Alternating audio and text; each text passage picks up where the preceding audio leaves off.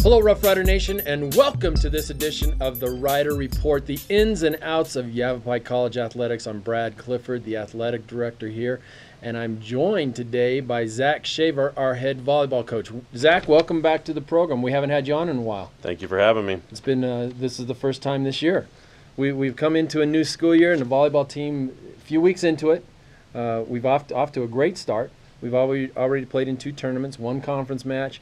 The Riders are looking real good. We're 9-3 on the season, and we have a national ranking, number 13. So, tell us about your season. How you feeling about it? We started off really strong. Went out to Roswell, New Mexico, and opening day beat a ranked team, which is the first time we've done that opening weekend in a long time. Played really strong. One of the things about being a fall sport is you get very little practice time to get ready. And in volleyball, we play some tournaments early on, so we get a lot of matches.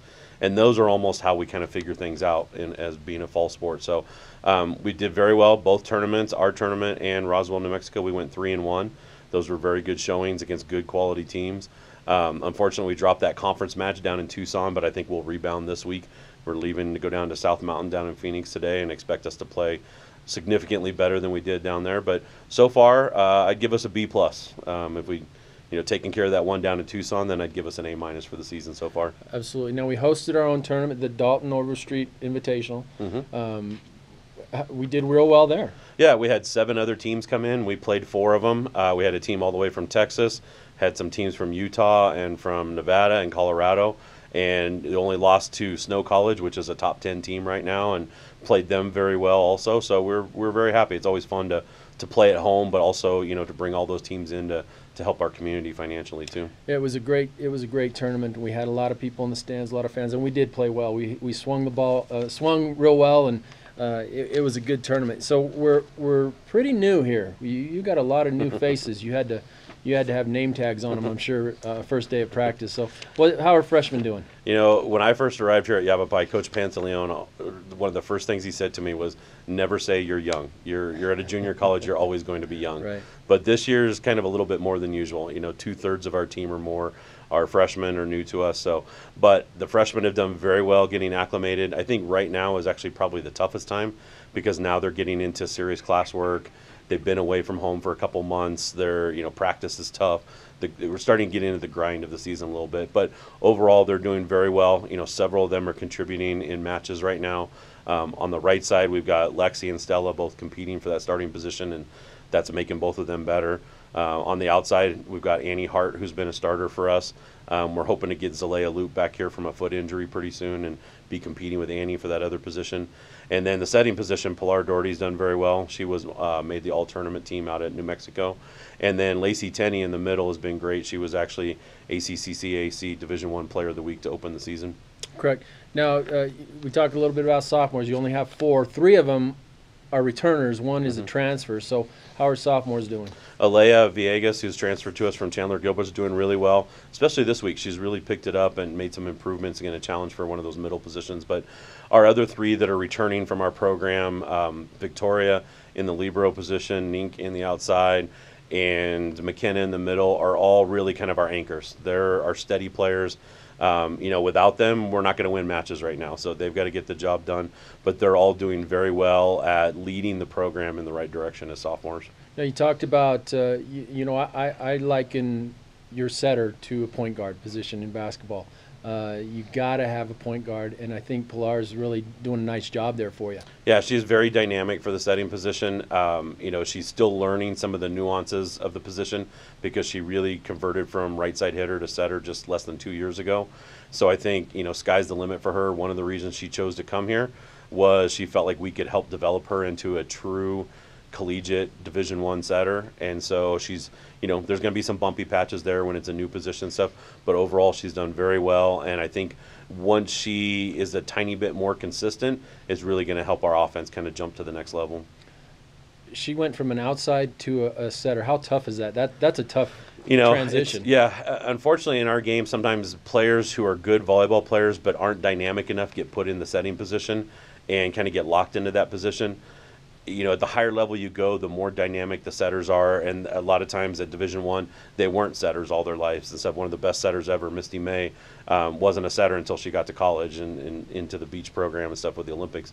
But it's hard to do, to make that transition. You know, it'd be like going from being a power forward to all of a sudden having to be a point guard and distribute and shoot differently and stuff. So it's tough, but she's doing a great job. That's fantastic. Now we've had a great defensive specialist libero position there. History of good players there. Victoria's doing a nice job there. Yeah, she is. You know, she knows the game real well. I think the one thing is she has to trust herself just a little bit more to make those plays that are kind of spectacular, that are far away, expanding her range. But this week in practice, she made a couple of those plays against her roommate, Nink, who's our best attacker, and was really frustrating Nink as a hitter and stuff, which is a good thing as a libero to do. And Ninka and McKenna are doing a great job there as your hitters. Yeah, both of them are. They've been very steady. You know, they're learning now as sophomores that sometimes the pressure is going to be on. They're going to be counted time and time again to deliver offensively, but they're both starting to step into those roles pretty well. Fantastic. All right, so we started conference down at Pima and I was there and we didn't play like we could, obviously. But now we're going into the conference. We're going to get into the grind of the conference. I think we have one more tournament coming up, but then we go into the grind of the conference. What's the conference looking like? The conference this year, I think, is up for grabs. The only team that's really kind of looking dominant right now is Glendale, but I don't think they've been tested with any really strong opponents. But I've heard that they're very strong and they're undefeated right now. As far always as good. They're always good. Yeah, the national champions a couple years ago, runner-up after that. Coach Stuck down there always does an awesome job recruiting stuff, but we only play them once, and so I think if we're prepared, it's definitely a win that we can go get. As far as the Division I schools, our opponents for the playoffs, I think we're all going to beat each other. I think we're all going to come away with some wins and losses. I think it's just going to be who outlasts each other into the playoffs because we're all three pretty similar, but I think it's going to come down to mental toughness at the end. And it's changed. The winner of the region goes to Texas now this year and plays the inter tournament there at their region. So we actually have to be a true district champion now to make it to the national championship tournament, rather than a combined Arizona region and district. So it's going to be one more playoff game to win, and it's going to be a tough one on the road. So out of that district right now, it's looking like New Mexico Military. They're a top 10 team. They've had some really good wins, but luckily we went to their tournament, so we kind of know what to expect from them a little bit, but we're not going to look that far down the road yet. No, let's get through the season first. We've got a special event coming here at the end of October, the annual pink match. It's not against Embry-Riddle this year, but it's going to be against Eastern Arizona College. What can you tell us about that match? So we have a name change now. It is going to be the Mile High Battle Against Cancer. Eastern Arizona College, who we're kind of tied with, like you mentioned, Dalton Overstreet, former coach, and Sherry Kay out of Eastern, who's his former assistant here at Yavapai. So we've always kind of had that connection. When I called Sherry and asked her about it, she immediately said yes. She didn't even know the details yet. She said, yes, we're in. We'll come be part of it and stuff. So that was fun to know. We're going to be able to play in the Prescott Valley Event Center, so in front of a big crowd, be putting sport court down in there. And then the big announcement is that Prescott High School and Bradshaw Mountain High School will be playing each other, freshman, JV, and varsity, before the college mats. So it really should be a big event. And all of the proceeds from T-shirt sales and donations and sponsors all go to Yavapai Regional Medical Center here in Prescott Valley. I think that's important to know, that it is a great cause. And we've been doing it ever since you've been here, 5 years? Yes. We've been doing that with Riddle, but this year we're going to do it with Eastern and with the local high schools. And all the proceeds do go to that. So it's a great event. We appreciate you doing that. Well, want to make sure that we want to thank Zach for joining us. First off, make sure you follow us on Facebook, on Twitter. You can find the volleyball schedule on www.goroughriders.com, and always go Rough Riders.